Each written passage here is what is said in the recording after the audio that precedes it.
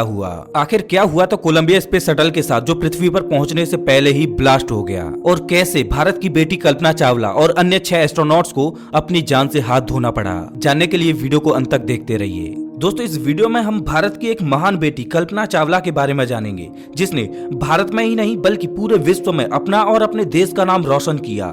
कल्पना चावला ने अंतरिक्ष में महान उपलब्धियां हासिल की। कल्पना चावला ने अपने एक इंटरव्यू के दौरान कहा था कि मैं अंतरिक्ष के लिए ही बनी हूँ, हर पल अंतरिक्ष के लिए ही बिताया है और इसी के लिए मरूंगी, जिसे याद करके आज भी हम भारतीयों की आंखें नम और गर्व से सीना चौड़ा हो जाता है। आज भी भारत की बेटियों के लिए कल्पना चावला एक प्रेरणा बनी हुई हैं। अपनी कड़ी मेहनत और दृढ़ संकल्प के बल पर ही कल्पना चावला 2 बार अंतरिक्ष यात्रा करने वाली पहली भारतीय महिला बनी। एक छोटे से शहर में पली बड़ी कल्पना चावला मजबूत स्वभाव की थी और अपने सपनों को देखने के बाद उसे पूरा करने वालों में से एक थी। कल्पना चावला के घर वालों की माने तो बचपन से ही कल्पना चावला अंतरिक्ष और खगोल विज्ञान में अपनी दिलचस्पी दिखाती थी।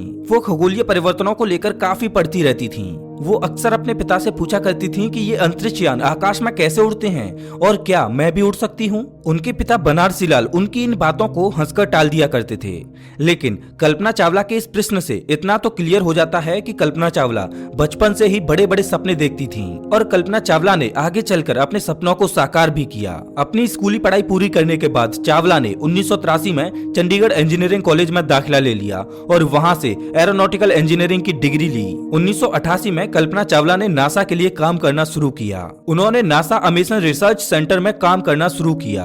नासा के द्वारा साल 1998 में चावला को अपनी पहली उड़ान के लिए चुना गया, जिसमें खास बात ये थी कि वो अंतरिक्ष में उड़ने वाली पहली भारतीय महिला थीं। उन्होंने अपनी पहली उड़ान GSTS-87 कोलंबिया शटल से संपन्न की। अपनी प्रथम उड़ान के दौरान कल्पना चावला ने 1.04 करोड़ मील का सफर तय किया और पृथ्वी की 252 परिक्रमाएं की और साथ ही 360 घंटे अंतरिक्ष में बिताए। उनके पास सी प्लेन, मल्टी इंजन एयरप्लेन और ग्लाइडर के लिए कमर्शियल पायलट लाइसेंस था। उनकी मेहनत और लगन को देखते हुए बाद में चलकर उन्हें अंतरिक्ष मिशन की टॉप 15 की टीम में शामिल किया गया और देखते ही देखते उन 7 लोगों की टीम में भी उनका नाम आ गया जिन्हें अंतरिक्ष में भेजा जाना था। कल्पना चावला को दूसरी बार अंतरिक्ष में भेजे जाने के लिए चुना गया, किंतु कल्पना और नासा को नहीं पता था कि चावला की दूसरी उड़ान ही अंतिम उड़ान होगी। 16 जनवरी 2003 को कोलंबिया स्पेस शटल से उन्होंने अपनी दूसरी उड़ान भरी। इस कोलंबिया स्पेस शटल में कल्पना चावला के अलावा उनके 7 साथी भी मौजूद थे।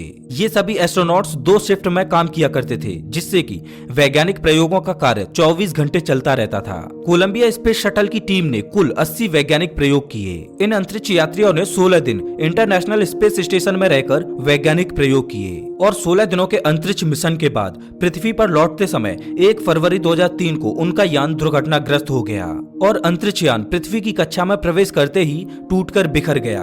देखते ही देखते अंतरिक्ष यान के अवशेष टेक्सास शहर पर बरसने लगे और कल्पना चावला की दूसरी उड़ान अंतिम उड़ान बनकर रह गई। और कल्पना चावला और उनके 6 क्रू मेंबर्स जो उनके साथ कोलंबिया स्पेस शटल में ही बैठे थे, वो सभी मृत्यु को प्राप्त हो गए और भारत अपनी महान बेटी को खो चुका था और कल्पना चावला की सिर्फ यादें ही बची रह गईं। और इसी के साथ उनके वे शब्द सत्य हो गए जिसमें उन्होंने कहा था, मैं अंतरिक्ष के लिए ही बनी हूँ, हर पल अंतरिक्ष के लिए ही बिताया है और इसी के लिए मरूंगी। लेकिन वैज्ञानिकों को ये नहीं पता चल पाया कि ये यान आखिर दुर्घटनाग्रस्त कैसे हो गया।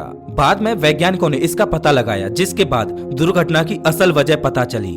बाद में पता चला कि ये नासा वालों की गलती थी, जिसका मुआवजा कल्पना चावला और उनके बाकी क्रू मेंबर्स को अपनी जान देकर चुकाना पड़ा और उसके बाद नासा पर कई प्रतिबंध भी लगाए गए। चलिए एक नजर डालते हैं कि कोलंबिया के अंतरिक्ष यात्रियों के साथ अंतिम समय में क्या हुआ था।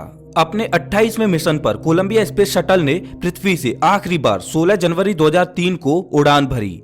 इस मिशन का नाम STS-107 था। उस समय के सभी अंतरिक्ष अभियानों का मूल उद्देश्य इंटरनेशनल स्पेस स्टेशन को बनाना था, लेकिन इस मिशन का पूरा फोकस अंतरिक्ष में कई तरह के वैज्ञानिक प्रयोग करना था। लेकिन जब ये 7 अंतरिक्ष यात्री स्पेस स्टेशन में रहकर अंतरिक्ष प्रयोग कर रहे थे, तब नासा ने लॉन्चिंग समय के वीडियो को देखा तो उन्हें दिखाई दिया कि लॉन्चिंग के 82 सेकंड के बाद फोम का एक टुकड़ा कोलंबिया स्पेस शटल के पंख से टकराया था। नासा में काम कर रहे बहुत से वैज्ञानिकों ने और दूसरे संस्थानों के नासा के उच्च अधिकारियों ने स्पेस में स्थित कोलंबिया स्पेस शटल की और अधिक जांच करने के लिए सुझाव दिया और ये पता लगाने के लिए कहा कि क्या ये अंतरिक्ष यान सही है या नहीं। लेकिन नासा के उच्च अधिकारियों ने इस सुझाव को रद्द कर दिया।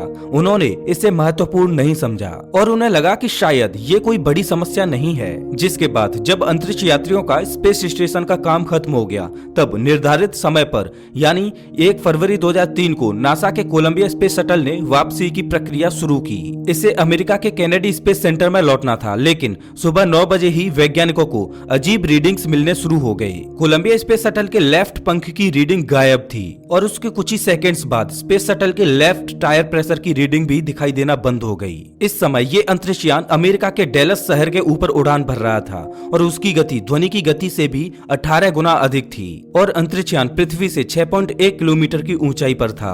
वैज्ञानिकों ने कोलंबिया स्पेस शटल के पायलट से बात करने की कोशिश की, लेकिन नाकाम हुए और कुछ ही सेकंड्स बाद कोलंबिया अंतरिक्ष यान पृथ्वी की कक्षा में प्रवेश करते ही टूटकर बिखर गया और देखते ही देखते अंतरिक्ष यान के अवशेष टेक्सास शहर पर बरसने लगे। साथ ही उसमें मौजूद सभी अंतरिक्ष यात्री मारे गए। जब कोलंबिया स्पेस शटल ने पृथ्वी के वायुमंडल में प्रवेश किया तो गर्म वायुमंडल में गैसों का उस हिस्से पर अत्यधिक प्रभाव हुआ जहां पर फोम का वो टुकड़ा टकराया था और उसे क्षतिग्रस्त किया था और पृथ्वी के वायुमंडल के साथ अत्यधिक घर्षण के कारण उस क्षतिग्रस्त वाले हिस्से में एक भयानक विस्फोट हो गया, जिससे पूरा कोलंबिया स्पेस शटल टूटकर बिखर गया। घटना के बाद अंतरिक्ष शटल उड़ान संचालक को 2 साल से अधिक समय के लिए निलंबित कर दिया गया।